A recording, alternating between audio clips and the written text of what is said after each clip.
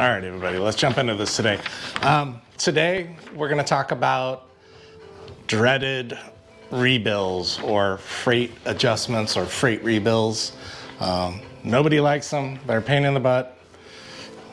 And my team probably likes them the least because they are the ones that have to dispute them on your behalf and get together all the evidence, put it in front of the carrier, and get it adjusted back and get you credited back. So I'm going to go through, I think I came up with 10 tips and tricks to avoid rebills or freight adjustments and hopefully make your life a lot easier, more economical, and less headaches in general. So let's dive into this. Jeremy with Easy Logistics as always, and here we go. Number one, invest some money in a digital freight scale. They even have digital freight scales that print out a receipt that is adhesive that you can just slap on the pallet or the box or whatever it is, so that you have a digital receipt of what it weighed out at, whether it's palletized or just a big crate or whatever.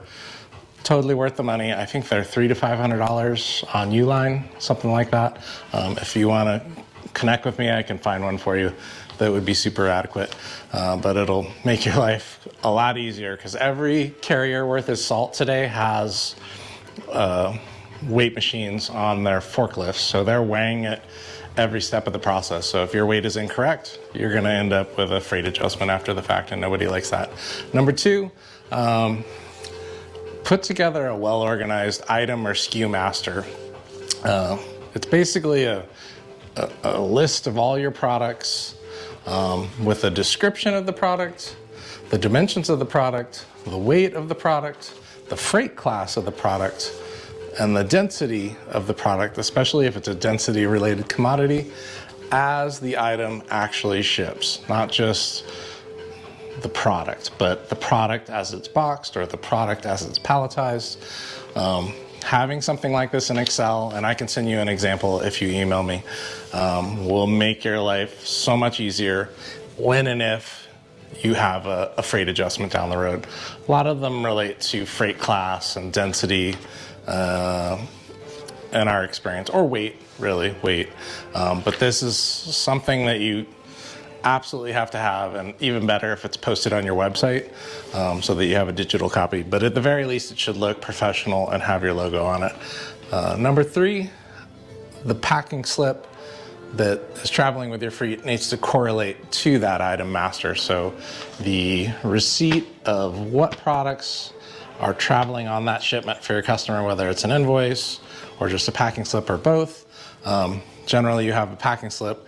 It needs to correlate to the items that are listed on your item master. So if you have 2 of product A and 2 of product B, it needs to be easily relatable to that item master, so that when we take the packing slip and the item master and hand it back to the carrier, it's a no-brainer to get any type of adjustment that they think they're entitled to credited back and off the record. So really important. Number 4, use the correct freight class and NMFC code. We run into a lot of shipping managers that don't even understand freight classes or NMFC codes. I'm constantly surprised by that, but maybe they've just been thrown into a position that they weren't really trained for. We can help you with this. If you're struggling with freight class and NMFC, I know it's a pain in the butt. It's super complex. There's a lot of options. You have to drill into it to figure out the most correct class, especially if you have density rated products that you're shipping freight. But we can help, or getting access to Class IT, which we use, can greatly help identify the most correct freight class and NMFC for all your products. And we even put it into a drop-down menu on our transportation management system, so that it's just a drop-down, you pick it, it's done, it auto-loads, easy. Number 5, double check the density of your products, especially if it's density-related freight, which a lot of commodities are, depending on the weight and the dim. It's just a factor of stowability and handleability for the carrier. So, double check it, make sure it correlates to everything else that you have. I mean, if you have it in your item master, you probably already know it. But even when you palletize things and put a pallet on there, the density range can change a little bit, and the class may change a little bit. Hopefully not, but got to know that. Number 6, overlength items. Generally, I feel like 8 feet is about the cutoff for most carriers, but it ranges carrier to carrier. And we have a cheat sheet for that if you ever want access to it that we can send over to you. But if it's our transportation management system, if you're inputting the DIMs and weights correctly, should auto load any overlength fees per carrier.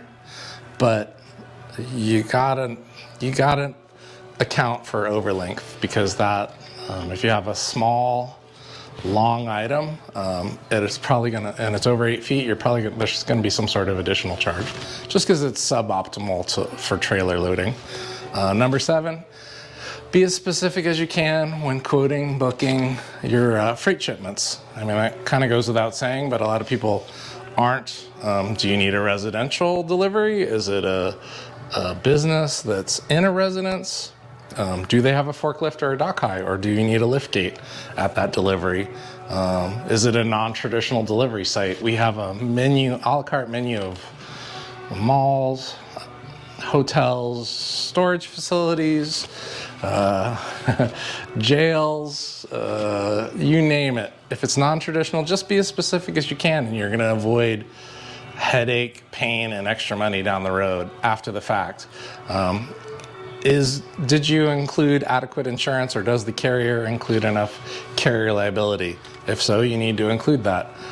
Do you need an appointment or a call ahead for that delivery, so that, you know, not everybody's just sitting at their house waiting for a big freight load to show up if you're delivering to non-traditional delivery locations. So that's important as well. Number 8, on the client side, be as firm with your clients about their delivery requirements as you can. You know, when you're, more and more of this is being automated, but a lot of people are still talking to their clients about these bigger purchases that involve freight shipping. And you need to be firm but nice with your clients to say, listen, where are we delivering to? Is it your house? Is it a traditional business? Do you have a forklift? Do you have a dock high? Do you need a lift gate? You know, do we need to call you ahead of time so that you can be there, or do you need an appointment? You know, all these things can add extra money on after the fact, and nobody likes that, least of all us. Number 9, packing and stowability. How is your product packaged? How is it palletized? Is it strapped?